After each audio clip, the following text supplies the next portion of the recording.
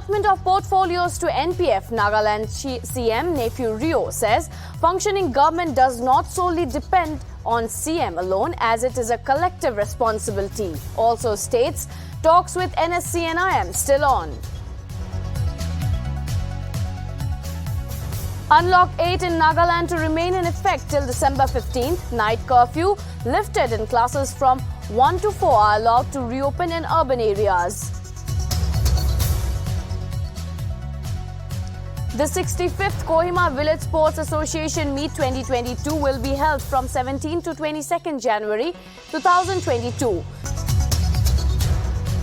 Second Foundation Day ceremony of the Reverend Moa Longshari Cancer Foundation RMLCF takes place on 26th October 4 p.m. The news in detail. Nagaland CM Rio, while talking to Nltv, stated that functioning a government does not solely depend on CM alone as it is a collective responsibility. The statement comes a few days after BJP State President Temjen Imnalong spoke on the portfolios of Nagaland government, stating that distribution of portfolios lies in the hands of CM. Rio also shared his reaction to the recent statement made by NSC and IM, stating that the faction has refuted their statement yesterday, October 26th, and has continued the talk. He further said that he is keeping in touch with the faction. Both these statements come after Rio attended a program at G. Rio School, Kohima on 26th of October. In an interview with State BJP President, Mr. Temjen Imnalong, when we asked him regarding the sharing of portfolio with the NPF party, he said that it's all in the hands of the Chief Minister, which is you. So, like, where is this news? How is this news going on? Like, what is the latest update on this regarding this issue? Well, running a government, it does not solely depend on the Chief Minister. It is a collective responsibility. So since we have come together, form an opposition-led government known as United Democratic Alliance. So we need the support and cooperation of all the elected members and the political parties. And we are trying to formulate to bring in all the parties inside the government. And it's taking little time, discussion is on, and we'll do that. And so it's not depending on the Chief Minister. Depends on the support and cooperation of everybody. Sir, recently a statement came out from the NSC and IM saying that they were saying that they are not happy with the new interlocutor, which is A.K. Mishra. What's your reaction or your opinion regarding that? No, I'm in touch with them, and their statement, IM statement, they refuted today, and then the talk is going on.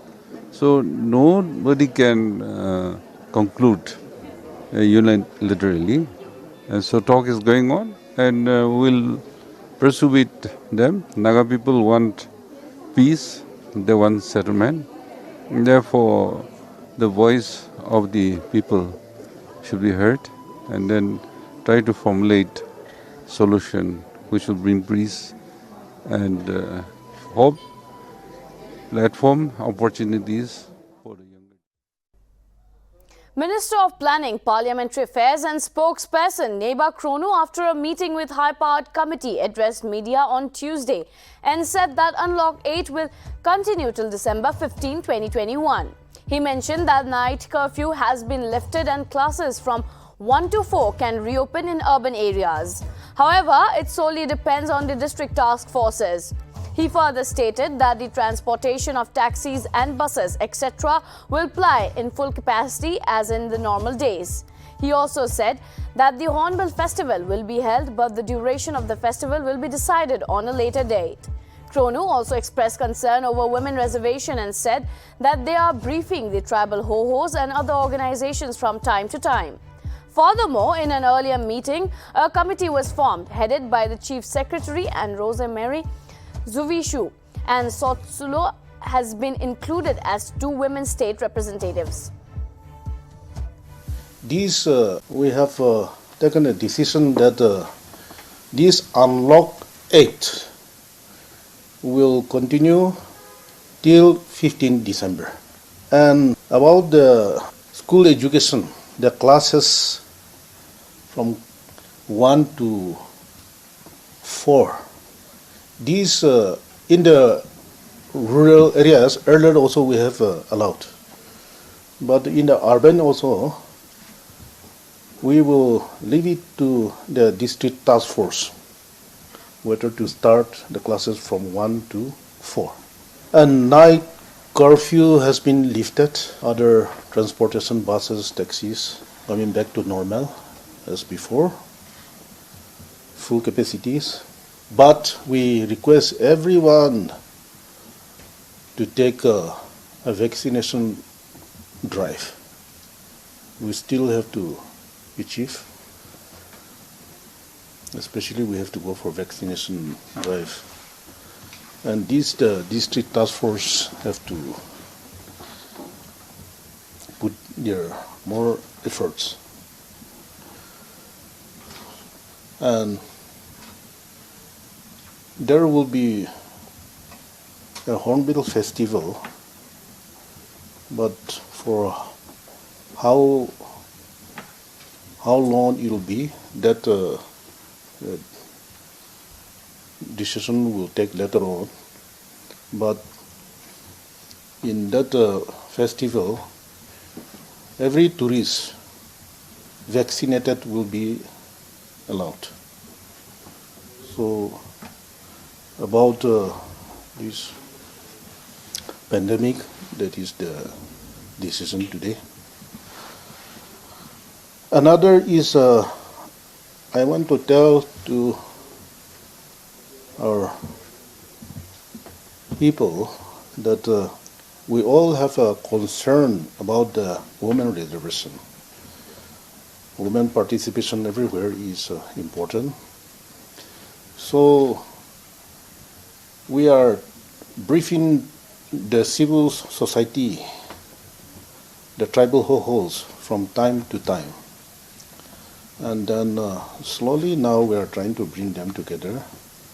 And in the last 20th October meeting, it was decided to go for a committee to be headed by Chief Secretary. And in that meeting, we have invited the representatives from EMPO, CNTC, and Tinimi organization. And in that meeting, we have decided to include 2 women representatives. Northeast Institute of Social Sciences and Research on Wednesday held its 6th Graduation Day cum Foundation Day at Don Bosco Ida Center, Dimapur. Notably, all the 49 students who appeared for the examination successfully graduated. Meanwhile, New Toli Gshishi bagged the top position in 2019 batch, while Nekini Moso won the Best Student Award. Furthermore, Dr. Nanda Durai, Vice Chancellor, St. Joseph University, Dimapur, graced the Foundation Day as the chief guest, while Dr. Hewasa L. King, Principal of Tetsio College, graced as the special guest. I feel privileged to be the top. To be in the top position, and also I thank God for always being always helping me to concentrate and do my best. And also I thank all my mates for always encouraging me, believing in me. When in these 2 years, I felt like that my mates had more confidence in me, believed in me more than I believed in myself, and I am really thankful to them. I'm very happy to get this question. We have nearly 280 students passed out of the institute, and each batch we have got 50, but the first few batches we had only 45 each, and most of them are working in the government sector and also private sector. and as we have already shown, nearly 70% people are already in the working sector. This is a professional course, and I sincerely thank the government of Nagaland, and they are merged with a number of government projects. Most of them are working as a contractual basis, but they are reasonably paid by the government. Then other sector, they are working in the NGOs and private sector. Some of them started their own initiative. We called professional progressive circle. They are trained to start their own NGOs initiative in the second semester onwards. So third and fourth semester they put into practice and experiment it in the institute, and they go and launch it in the villages where they are coming from. I feel very privileged, but I just feel that I don't feel much deserved, because this is just a social work profession, and everyone is unique in our own way. So, but as they award me with this, I just feel privileged, and also I'll try to work it harder for the society. The Federation of Nagaland State Engineering Service Association held its biennial General Conference at Hotel Zafu, Kohima on 27th October 2021. The chief guest of the conference was IAS J. Alam, Chief Secretary, Government of Nagaland. Joido Aji Fonsesa, Federation of Nagaland State Engineering Service Associations la program de Chief Secretary J. Alambra, tai du vision document ekta release kuri dise. Etu document la opore apni olop koi dibo. Oh, I actually till 1988, 2018, our department was known as Irrigation and Flood Control. But in 2018, on 2nd July, we were named. Our department was designated as Water Resource Department. So since then, we have been trying to come out with some vision about what the water resources to kiaze. Koina idu like the vision document though, we were trying to come out with that, and today we could fulfill that vision. Actually, we are a stakeholder of water. So since we are named as Water Resource Department, it is not that we are going to encroach in other activities, departmental activities, but this is one reason where we are supposed to be one of the stakeholder of the resources of the state. And actually, by doing so, the main vision is the roles that we're going to play is water budgeting, one, water allocations, equitable distributions of the resources for better planning, management, and uniform distributions of the resources to various sectors of this, involving various stakeholders.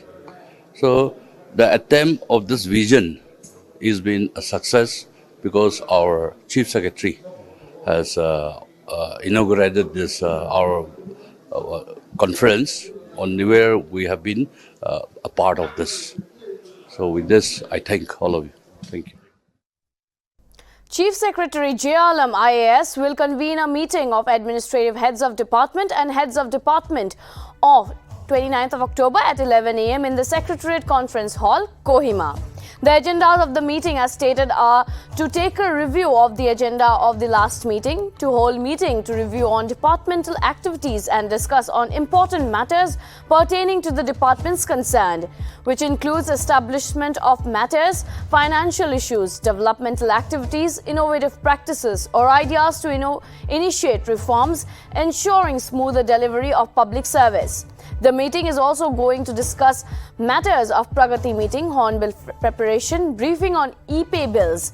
The administrative heads of department and heads of departments have been informed to attend the meeting positively.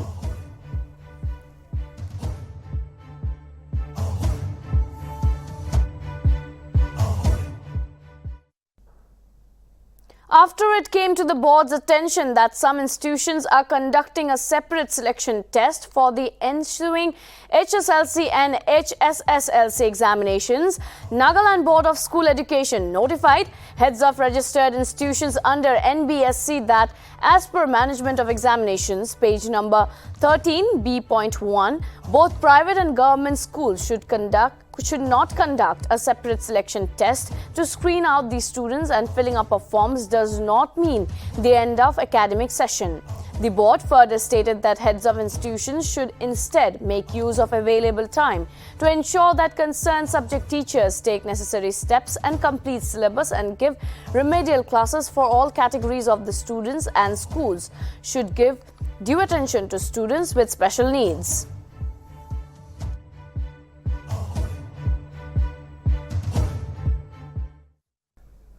Kohima Village Sports Association on Wednesday held a press conference at KVYO office, Probogay, Kohima, to inform that 65th Kohima Village Sports Association Meet 2022 will be held from 17 to 22nd January 2022. Furthermore, the mascot concept was given by Mr.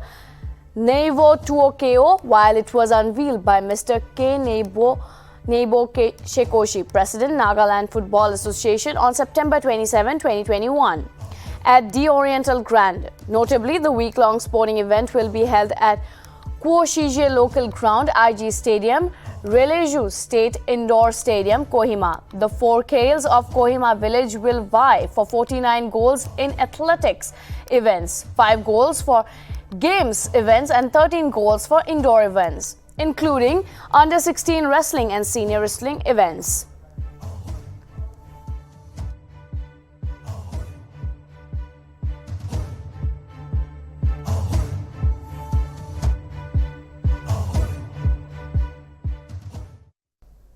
Under the order of ADC Meluri Subdivision Administration carried out the demolition of illegal structures along the proposed ROW of 2-lane project from Akash Bridge to Akego, as the public failed to adhere to the office notification deadline being the 30th of September 2021. The administration took action upon itself for the demolition of the illegal structures. The administrator, along with DEF, IRB, NAP and VGs, carried out the demolition, whereby 26 such structures were demolished on 26th of October 2021.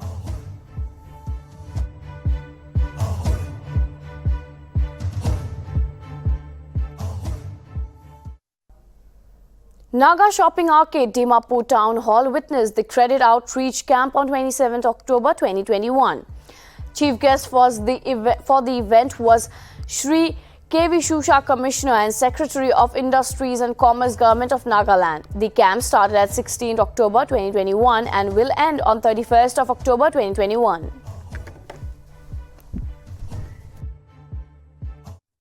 Today,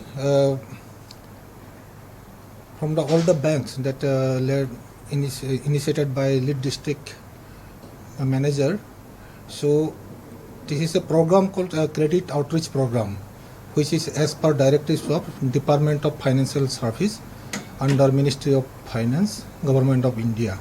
So as per their directives, we are holding Credit Outreach Program in each and every district.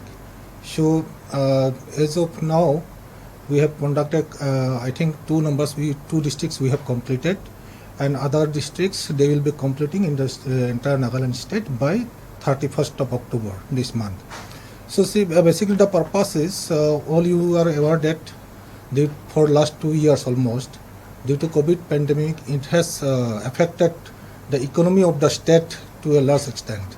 So to come out from this stress, it has been a priority, it has been a matter of concern for the government as well as on the part of the bankers to let us reach out to the people, common people who have been affected due to COVID. So this is basically like extending of credit facilities to the people unemployed or youths who have lost their jobs and all. So this is a credit awareness program as well as extending credit facility to the people. So as part of that, today the credit outreach program was arranged here in Dimapur Center for the Dimapur district, and in all total 8 banks have participated. Nearly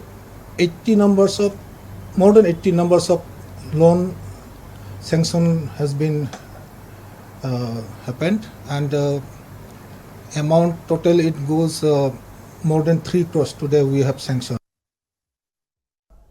Civil society organizations Manko Lemba subdivision convened an emergency public general meeting on Tuesday to deliberate on government of Nagaland's failure to lay asphalt on Manko Lemba to Longnak Road on 26th of October as demanded by civil society organization Manko Lemba subdivision. During the meeting, it was unanimously decided to stand firm and to take its own course of action if the government did not fulfill the demand to put forward by CSO and the public by 31st of October.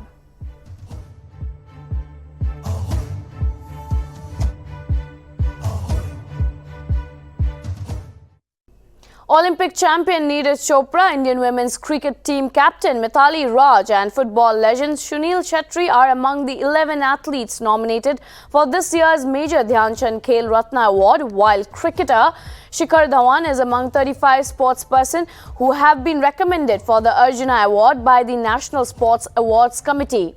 The National Sports Awards were postponed by Sports Minister Anurag Thakur earlier as he wanted the honours to be handed out after the Tokyo Olympics, which took place in July-August. The nominations for Khel Ratna Awards 2021 are Neeraj Chopra, Ravi Dahiya, PR Srijesh, Lavlina Borgohai, Sunil Chhetri, Mithali Raj, Pramod Bhagat, Sumit Antil, Avani Lekhara, Krishna Nagar, Manish Narwal.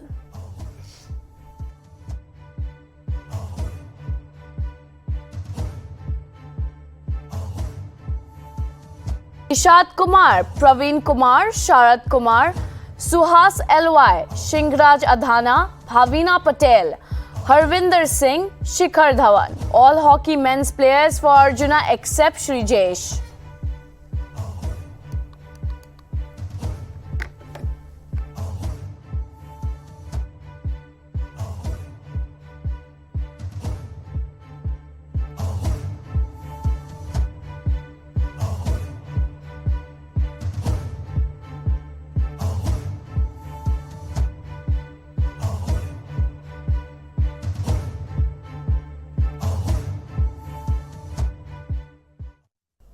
In yet another dreadful incident, an elderly couple was found dead at their home in Guwahati's Beltola area on Tuesday. The couple has been identified as Nani Barua, a retired engineer, and Meena Barua, a retired teacher, aged 87 and 65 respectively. Police informed that they found injuries on their heads from sharp weapons. The couple's caretaker, Akash Chaudhary, informed the police, saying he saw the bodies lying on bed around 7 a.m. Police further stated that apart from some property documents, every other valuable, including cash, was intact inside the house. Meanwhile, Chaudhary's involvement has been found in the case and he has been arrested. Some other people were also picked up based on Chaudhary's statement.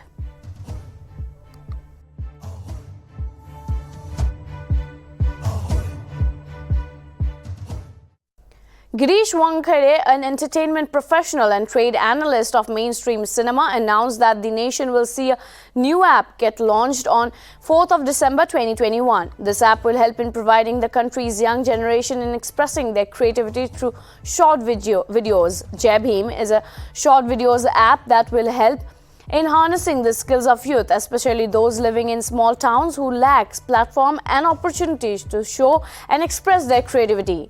The app will help in shaping their careers by sharing the revenue with those whose videos go viral. Girish further added that this is an opportunity for youth, offering them a career in entertainment, and assured that the main priority has been nothing but maintaining data privacy and would allow the video creators to enjoy full ownership of their video. He went on to add that this app would also be focusing on entrepreneurship and not only entertainment.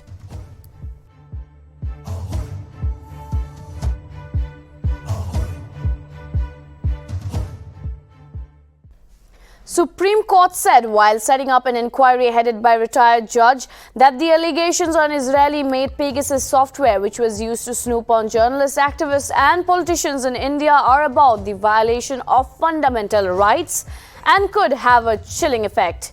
The court also commented on the government's statements on lawful interception for national security purposes.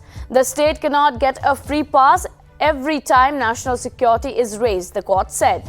The Supreme Court further went on to say that retired Supreme Court Justice R.V. Ravindran will head the inquiry and an IPS officer will assist him along with officials from the National Forensic University. The committee has to expeditiously probe the charge and report to the court by the next hearing 2 months later.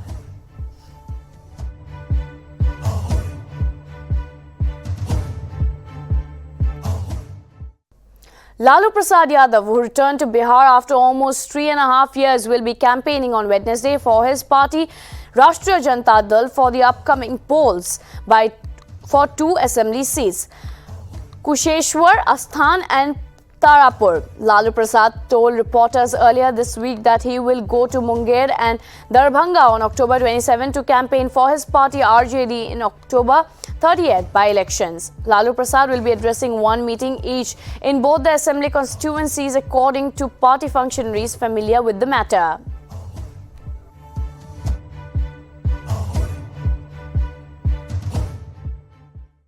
Speaking at a press conference on Wednesday, former Punjab Chief Minister Captain Amarinder Singh confirmed that his new party will enter a seat-sharing arrangement with the BJP, but asserted that he was not open to an alliance with the Akalis. The name of the party has not yet been decided upon, he added. He also further went on to say that they have let Election Commission decide about the same. He said they have made a request for symbol and the name. He also said that the state's security was under threat in view of an increasing number of drone attacks. Drones have been used to deploy weapons and drugs in the past, he said. Noting that now explosives are being dropped by the device, he said, "I am not an alarmist, but I know something is happening," urging the government to take action. ਸਾਡੇ ਵਕੀਲ already Delhi ਦੇ ਵਿੱਚ ਗਏ ਹੋਏ ਨੇ. They are now gone to the Election Commission. They have handed in a request, and the moment Election Commission ਆਊਗੀ ਮੈਂ ਤੁਹਾਨੂੰ ਦੱਸੂਗਾ. I cannot give you any name now because simple ਗੱਲ ਇਹ ਹੈ ਕਿ suppose Election Commission ਉਸ ਗੱਲ ਨੂੰ ਉਹ ਨਾਮ ਨੂੰ ਨਾ ਮੰਨੇ ਫਿਰ then we have to go for a second name.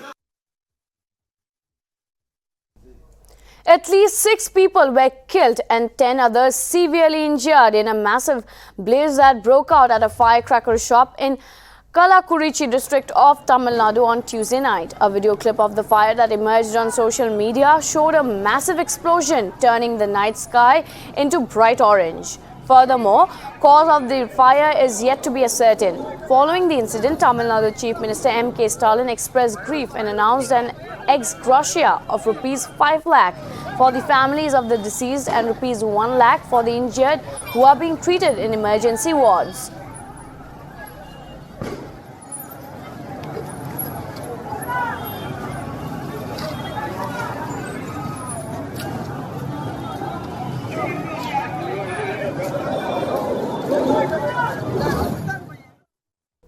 Three days after Pakistan beat India in T20 World Cup match, authorities in various parts of the country have taken stringent action against those who perpetually supported Pakistan. Meanwhile, 3 engineering students from Kashmir were suspended by the Raja Balwan Singh Engineering Technical Campus at Bijpuri in Agra for allegedly posting a WhatsApp status praising Pakistan players. In Jammu, Samba police detained 6 or 7 people from Chakmanga Gujran village as they raised pro-Pakistan slogans.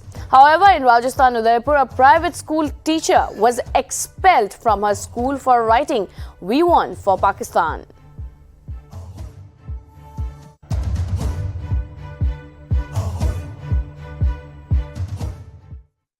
The Ministry of External Affairs on Wednesday said China's new legislation titled Land Boundary Law can have an implication on existing bilateral agreements on border management.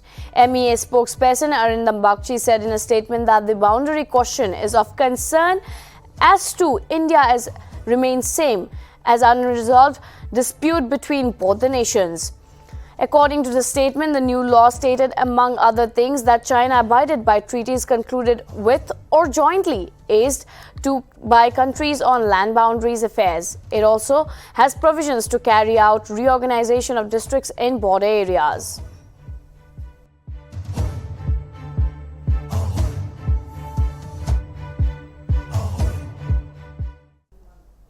Karnataka's Minister for Health, Family Welfare and Medical Education, Dr. K. Sudhakar, on Tuesday said that there were at least 2 suspected cases of AY.4.2 variant of the novel coronavirus in the state. He said that the samples from these 2 individuals have been sent for genome sequencing to the National Centre for Biological Sciences. 2 persons are from Bengaluru and are asymptomatic. The minister stated that the authority will have to take stern measures regarding the issue, but added there was no need to panic or raise alarm over the situation. Sudhakar further said that those who have been taken both doses of the COVID vaccine are less likely to feel any effect of this variant or any other variant.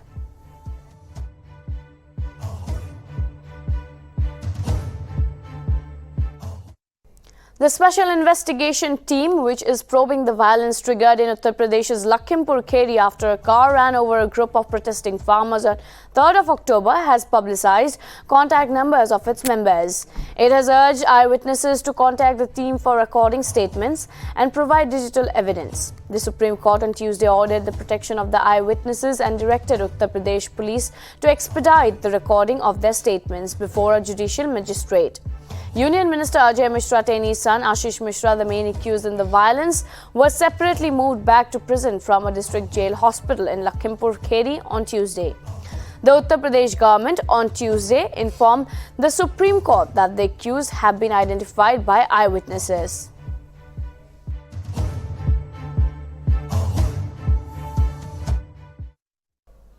Cricketer Yuvraj Singh's We Can Foundation, has launched the Swasth Mahila Swasth Goa initiative in partnership with the SBI Foundation and the Government of Goa on Wednesday. Under the initiative, free breast cancer screening will be done for 1 lakh women in Goa, whereby ensuring that 50% of all the age-eligible female population in the state is screened. The initiative has been launched on Wednesday at Goa Medical College and Hospital by Vishwajit P. Rane, Minister of Health, Women and Child Development. Notably, breast cancer screening will be conducted on 35 health centers across Goa along with multiple outreach camps. 20 eye breast devices will be deployed for the projection, 10 in North Goa and 10 in South Goa.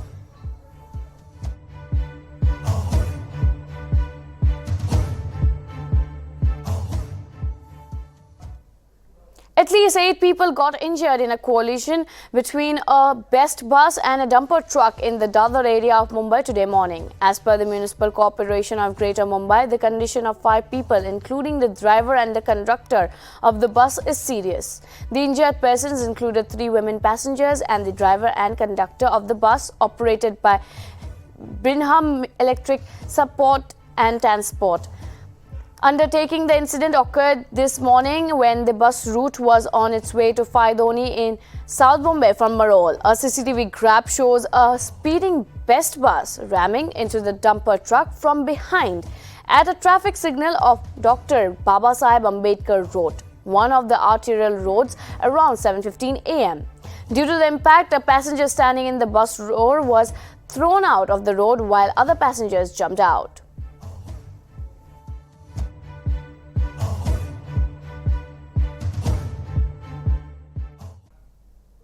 Mughal Road, connecting Shopian and Poonch Rajouri districts, reopened on Tuesday after remaining closed for 3 days amid fresh snowfall and heavy rains. Earlier on Friday morning, due to heavy snowfall in the upper reaches of Rajouri and Poonch, the road was closed for traffic. According to the officials, slow clearance has been completed and now the traffic is allowed to move.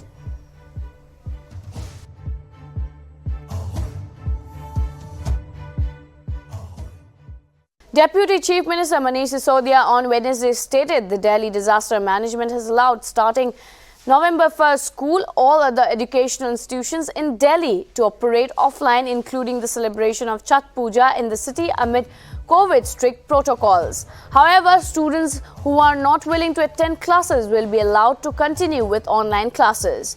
The minister further added that more than 50% of students in a class should be called to school and all staffs are required to be fully vaccinated as soon as possible, and restricted number of people will be allowed to conduct Chhat Puja as predetermined spots have been installed across the capital.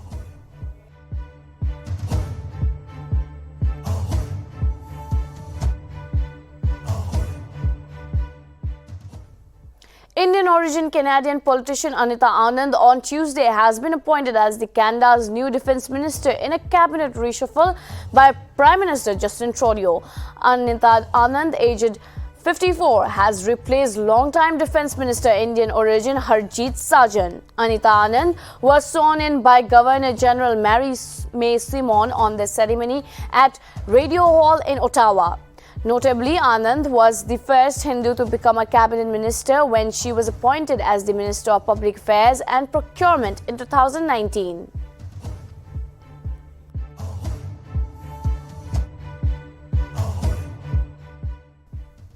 That is all for now. This is Gargi Deka signing off. Keep watching Nagaland TV for more news and updates.